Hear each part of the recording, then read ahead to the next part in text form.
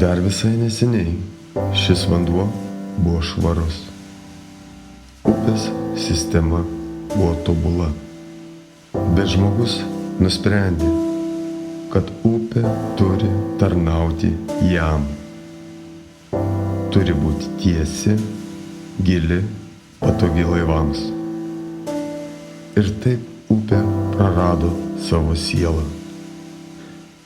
Dabar čia, Mozelio upėje, plaukė laivai. O kadaise čia nardė ir keliavo iki nerštaviečių lašišinės žuvys.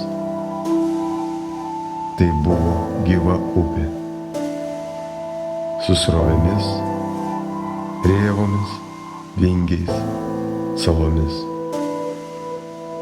Buvo gausi lašišų populiacija. Dabar tai tik purvinas kanalas, užtvenkta, pagilinta, paversta transporto keliu. Kai praplaukia laivas, dumblas kyla iš dugno. Vanduo drumzlinas, gyvybė nyksta.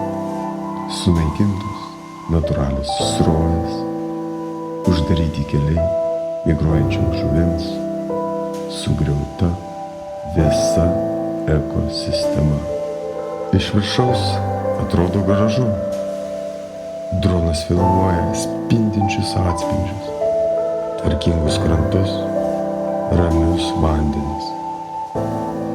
Bet po paviršiumi tyla, po paviršiumi kančia. Upė serga. Ten, kur kadaise upė kvepavo, dabar ji tik verkia. Ne ašaromis, o dumblu.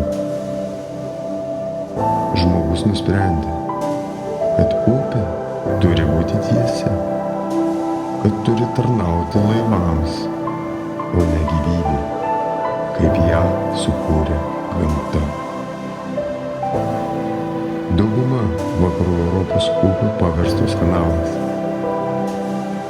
Visos jos prarado širdį, ritmą, sielą. Štai taip atrodo pažanga. Štai taip atrodo subjaurota upė. Tai įspėjimas mums visiems.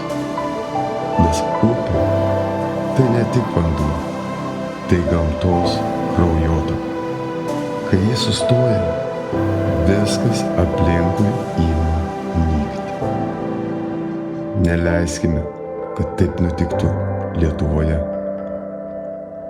Neleiskime, kad taip nutiktų Neries upei, mūsų upių karalieniai. Nelieskime jos krantų, negilinkime vagos, palikime ją gyvą. Neris gyva, atsistačiusi po šitiek metų taršos. Joje vėl migruoja lašišos ir šlakiai. Tai jų kelias. Nesugriaukime jo. Sustokite, kol nevėlu. Palikite viską taip, kaip yra dabar.